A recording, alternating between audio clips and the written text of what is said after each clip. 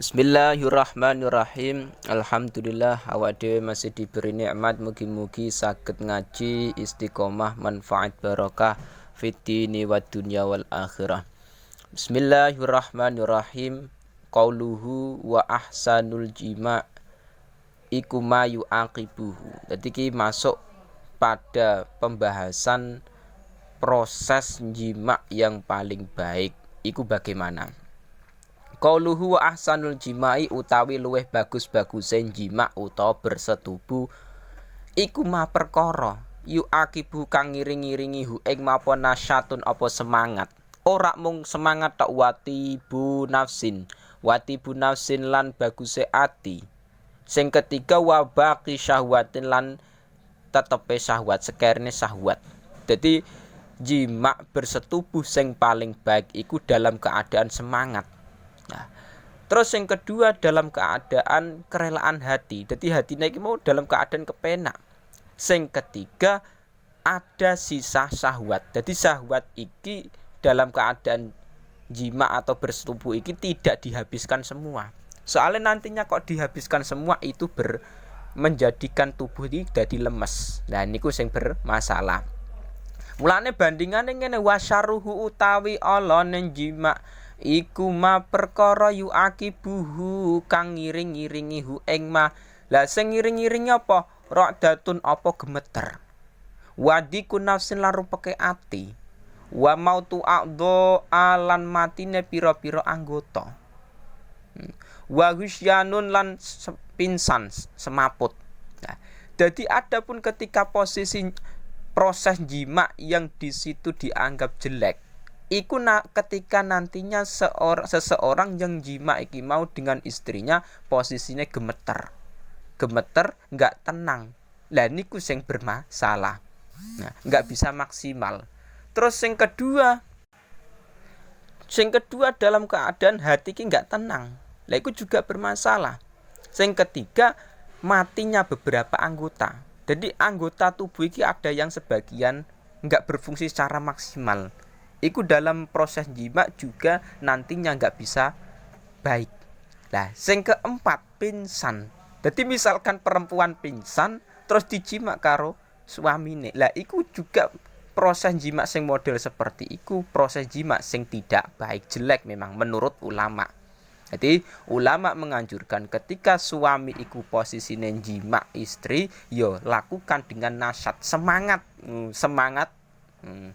Terus yang kedua dalam keadaan kerelaan hati. Jadi hati ini enggak dalam keadaan susah dan lain-lain ki.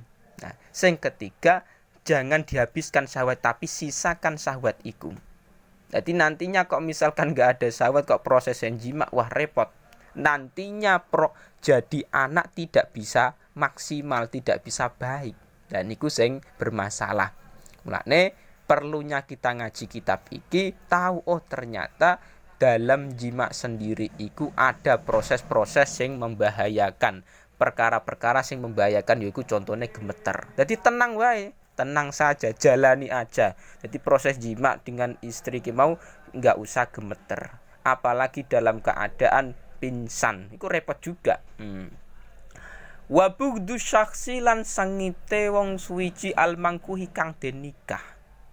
Mulane fa ing kana mulane sing fa ing kana mongko lamun ana sapa asyakhs ana iku mahbuban iku den senengi. Mulane jawab in fahadzal qadru mongko utawi ikilah kira-kira iku kafin iku nyukupi fitadbiril aslahi ing dalem ngatur perkara kang luwih bagus. Minal jima'i luwih bagus minal jima'i saking jima atau bersetubuh. Jadi ngeten, ketika nantinya seorang suami ki pesen yang dari ulama, ketika seorang suami kok jima istri iku lakukan tapi jangan dalam keadaan marah. Jadi sampean ketika jima, para suami jima istri jangan lakukan dalam keadaan terpaksa ataupun dalam keadaan marah. Meskipun perempuan itu halal dijima. Jadi misalkan istri sampean iki misalkan dalam keadaan marah atau sampean sing marah misalkan suami. Lah iku jangan lakukan dalam keadaan jima. Bahaya. Nantinya proses iku tidak maksimal. Nah, mulane fa in kana mahbuban fadal qadr kafin fi tadbiril aslah minal jima. Ketika nantinya kok suami dan perempuan iki kok saling mahbuban, saling seneng-senengan. Jadi sing dinikah perempuane ya disenengi oleh suami, sing suami ya disenengi perempuan. Iku malah baik sekali. Kafin fi tadbiril aslah. Iku mencukupi dalam mengatur perkara yang lebih baik dari jima. Jadi dalam proses nikah itu mulane penting sekali harus adanya mahabbah, cinta. Soalnya nantinya kok suami istri nikah kok karena terpaksa. Iku nantinya dalam proses jima ataupun bersetubuh iku juga tidak maksimal. Nantinya terjadi wabudul syaksi al-mangkuh. Nantinya kok nyampe suami kok tidak menyukai istri karena nikahku terpaksa. Dan kok dalam proses jima juga repot juga masalah. Mulane nikailah pasangan sampean tapi dengan catatan karena mahabbah, suka, senang, dan niatkan iku sebagai ibadah. Nikah sebagai ibadah dan karena Allah Subhanahu wa taala, bukan karena syahwat. Dan iku sing penting dalam nikah iku di situ. Mulane ketika jima anjuran dari ulama lakukan dalam keadaan senang. Itu juga penting. Wa adabul jima'i utawi adabe jima iku salah satun iku telu. Adapun dalam proses jima sendiri iku ada 3 adab. 3 adab iki mau qoblahu.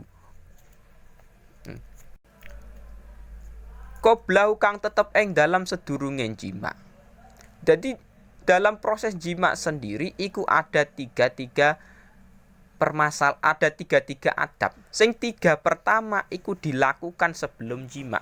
Jadi sebelum melakukan jima iku ada 3 catatan penting yang di situ dikatakan adab.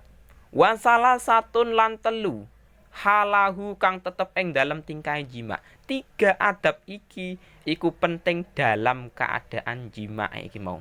Wa salah satun lan telu badau kang tetep ing dalam sakwuse jima. 3 lagi perkara adab iki mau iku penting dilakukan setelah jima. Jadi 3 perkara dilakukan sebelum jima, 3 perkara dilakukan ketika jima, 3 perkara dilakukan setelah jima. Iku penting. Nah ini menurut ulama dikatakan adabul jima, adab dalam berjima, bersetubuh. Amma salah satu anapun utawi telu allati qablau kang tetep ing dalam sedurunge jima. Fatak dimul mula ibati mongko iku dhisikake dingenake dolanan. Dadi sing pertama iki bahas masalah 3 perkara adab, 3 adab yang dilakukan sebelum bersetubuh jima. Nah, 3 iku sing pertama takdimul mulaibah, mendahulukan bermain-main. Jadi sebelum jima iku lakukan bermain-main, bersenang-senang dulu dengan pasangane sing halal, iku sing penting. Liyati ba supaya bagus apa kalbu zaujati apa atine bojo wadon. Iku alasan pertama kenapa kok di situ disuruh bermain-main dulu dengan pasangannya sebelum melakukan jima, karena nantinya untuk menyenangkan hati si istri. Jadi enggak kok langsung dihajar, enggak, tapi disenangkan hatinya dulu, dibuat hatinya itu senyaman mungkin, nantinya dalam proses jima itu bisa maksimal. Mulane sebelum berjima itu ada takdimul mulaibah. Nah, wayataya sarulan gampangake. Dadi gampang apa muradu apa perkara kang den karepake zaujah. Hatta ida ala sehingga ing dalam nalikane nguasani sapa rajul utawa zauj nafsan ing nafas wa kasura lan akeh apa qaluha apa yang payinge zaujah wa talabat lan numre sapa zaujah numre iltizamar rajuli ing rangkul wong lanang. Lah jawabe iza dana mongko parek sapa zauj minha saking zaujah. Dadi ngeten. 3 adab yang dilakukan sebelum proses jima iku, sing pertama takdimul mulaibah, mendahulukan bermain-main dengan istri, yang nantinya iku menjadikan hati si istri ki bisa tentrem, bisa baik. Jadi nek proses jima kok sebelum dimulai dengan perkara-perkara yang baik, sebelum adanya kemesraan-kemesraan, iku repot. Nantinya kok tidak ada iku repot. Nantinya proses jima juga tidak bisa maksimal, nggak bisa terjadi komunikasi yang baik. Dan nantinya, nah ini yang penting, ketika nantinya kok di situ suami sudah bisa menguasai dirinya, dan di situ istri sudah menggeliat, jadi wes ngolet-ngolet ngoten niku mau, lah nek proses ngono dan istri minta dirangkul, ya dirangkul ku mau, didekati oleh suami. Jadi iki memang butuh keterampilan. Nah, iki suami harus mengerti, harus paham kondisi si istri. Nek istri sudah siap, ya monggo ndang suamine siap langsung melakukan jima. Jadi kudu harus mengetahui posisinya istri ki sudah siap apa belum. Nek sudah siap, ya monggo suami ki mau ndang langsung melakukan jima. Kalau sudah siap, nek belum siap jangan dilakukan dulu. Nah, ini bisa diketahui dari tingkah laku istri. Yang penting pertama iku harus adanya mulaibah. Wasaniyatu taikang kaping pindho iku muraatu hal jimai, iku ngreksa keadaane jima. Jadi sing kedua iku menjaga keadaan jima. Mulane falayati ya mongko ora nekani sapa zauja ing zaujah. Ora nekani wahya hale utawi zaujah iku barikatun. Barikatun iku berlutut, jengkeng nek cara Jawa. Nah, jadi ketika sing kedua iki menjaga keadaan jima. Posisi jima iki dijaga. Nah, iki wahya barikatun. Mulane falayatiha wahya barikatun ngeten. Suami iku kalau bisa jangan menyetubui istri dalam keadaan istri ki berlutut. Jadi istri berlutut ngono ki mau menungging niku jangan dilakukan jima dalam posisi demikian. Karena apa alasannya? Li anna dzalika krana sak temene mengkono-mengkono barikah yasyuku iku abet apa zalik alaiha ing atase zaujah. Karena dengan posisi istri menungging atau berlutut ngene iki mau iku berat kanggone si istri. Nek suami ngono merasakan enak, tapi sing istri merasakan susah, berat kabeh. Au ala janbiya utawa ing ngatasé lambunge istri zaujah. Iku juga bermasalah. Jadi posisi jimae dengan tidur miring. Tidur miring iku juga bermasalah. Karena apa? Li anna zalika krana sak temene mengkono-mengkono janbi iku yusiru iku bisa maresake apa zalik maresna iku waj'al hasirati. Sakit pinggang. Waj'al hasirati ing sakit pinggang. Nah, jadi anjuran ulama nek suami jima istri jangan dilakukan dalam keadaan miring. Jadi tidur miring ku jangan. Soalnya nantinya bisa menyebabkan sakit pinggang. Itu bermasalah. Mulane lakukan posisi-posisi yang dianjurkan ulama. Iki meskipun posisi iki enggak diharamkan oleh beliau ulama-ulama, tapi kalau bisa dihindari. Wala yaj'aluha lan ora ndadekake sapa zauj ha ing zauja fauqahu ing dalem dhuwure zauj. Nah, terus larangan lagi ketika proses jima iku jangan menjadikan posisi istri di atas suami. Jadi suaminya di bawah, istri di atas. Iku bahaya. Karena apa? Li anna zalika krana sak temene mengkono-mengkono ijal iku yurisu iku bisa maresake apa zalik al iktikara ing kencing batu. Nah, iku bahaya. Penyakit-penyakit iki bahaya. Mulane ketika posisi jima jangan lakukan istri di atas, suami di bawah. Iku menyebabkan penyakit iktikar, penyakit kencing batu. Nah, itu masalah. Lah terus bagaimana posisi jima yang baik? Bal mustalqiyat. Bal mustalqiyatun balik posisi melumah, rafi'atan hale ngangkat rijlaiha ing sikil lorone zaujah. Jadi memang ada larangan-larangan dalam posisi jima iki mau. Enggak boleh dalam keadaan berlutut istrinya iki mau. Terus enggak boleh dalam keadaan tidur miring, enggak boleh posisi istri di atas suami. Dan meskipun itu tidak haram, tapi kalau bisa dihindari karena itu bahaya sekali. Tapi ulama menganjurkan posisi yang baik dalam keadaan jima iku mustalqiyah, dalam keadaan terlentang istri ki mau, terus istrine dua kakinya iku diangkat. Karena apa? Fa innahu krana sak temene tu melumah ki mau terlentang iku ahsanu hayatil jimai, iku luwih baguse pira-pira tingkahe jima. Jadi memang ulama mengatakan posisi jima yang paling baik iku dalam keadaan istri terlentang terus posisi kakinya diangkat. Nah iku sing paling baik dan suami berada di atas, iku sing paling baik. Lah iki memang perlu kreatif. Wasali satu tawi kang kaping telu kumuraatu waktil jima iku ngreksa waktune jima, menjaga waktunya jima, ai wakti ilaji tegese waktu nglebokake. Jadi sing ketiga iki anjuran ulama iku ketika jima iku dijaga waktunya memasukkan zakar ke farjinya perempuan. Lah oleh muroah mau bitakwizi kelawan maca ta'awud a'udzu wa tasmiyati lan maca bismillah wa haqqi zakari lan ngobah-ngobahake zakar bijawani bil farji ing dalem sisih-sisih farji.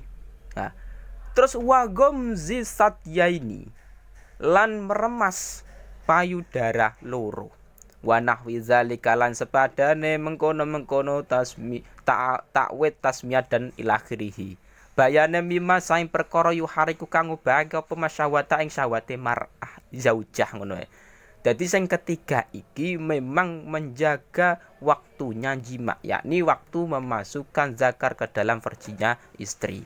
Lah iku sebelum melakukan iku jima iki mau iku lakukan takwid, membaca a'udzubillahi minasyaitonir rajim. Lah iku juga penting. Jadi enggak kok proses jima iki tanpa adanya doa, ya tetap ada doane. Iku anjuran dari ulama. Meskipun iki tidak wajib, tapi lakukan, semoga anak yang dihasilkan nanti iku jadi anak sing soleh solehah. Jadi a'udzubillahi minasyaitonir rajim. Bismillahirrahmanirrahim. Terus zakare suami iki digerak-gerakan di dekat farjinya perempuan ki mau istrine dan meremas-remas payudarane istri. Nah iki memang perlu praktek, perlu kreatif juga. Lah engko nek setelah iku lagi seorang suami memasukkan zakarnya ke dalam farjinya perempuan. Jadi ada aturan-aturan. Dan misalkan kok pengen nambah proses-proses lain, perkara-perkara yang bisa menggerakkan syahwatnya istri, enggak masalah. Misalkan mencium istri dulu, nah, enggak masalah. Yang penting di situ sebelum melakukan jima, memasukkan zakar ke dalam farjinya perempuan, iku ada aturane. Baca a'udzubillahi minasyaitonirrajim, bismillahirrahmanirrahim. Tapi nanti pengen doa-doa lain silakan. Kalau pengen, nah iku mau. Jadi tergantung suami dan istrinya iku mau kepengennya bagaimana, tapi lakukan dalam keadaan sing romantis. Itu yang penting. Jangan lakukan dalam keadaan marah, dalam keadaan terpaksa. Iku repot kabeh malah. Makne menikah iku tujuannya beda-beda. Dan jima pun juga tujuannya beda-beda. Tapi ketika jima, niatkan semoga anak iki nantinya jadi anak sing soleh solehah. Nah iki anjuran ulama 3 perkara iki, tapi iki hukumnya tidak wajib. Silakan kalau memang sampean pengen lakukan ya lakukan. Tapi misalkan enggak dilakukan ya enggak haram. Cuman iki anjuran ulama. Semoga nantinya dengan perkara-perkara yang dianjurkan ulama iki nantinya jadi anak sing soleh solehah, barokah umure. Lah niku sing penting di situ. Nah mulane ulama iku lebih berpengalaman. Ulama iki punya ilmu banyak sekali. Ilmune iki di atas kita. Nah kita iki hanya tingkatane. cuman membaca karangan kitab-kitab ulama. Nah, itu nggak seperti ulama zaman dulu. Ulama zaman dulu itu memang butuh proses banyak, butuh waktu yang lama sekali untuk berguru, untuk ngaji masalah bab nikah seperti iki. Lah kita sendiri iki cuman baca kitabe, cuman memahami. Lah niku sing terkadang kita sendiri iku males. Dan niki juga penting dalam proses jima. Mulane suami saja iku tidak cukup belajar masalah fathul izar, tapi istri juga harusnya iku juga penting belajar fathul izar. Jadi suaminya belajar, istrinya belajar, yang nantinya ternyata sebelum jima iki ada aturane, bismillah dulu dan lain-lain. Nah niku nek dilakukan demikian iku enak.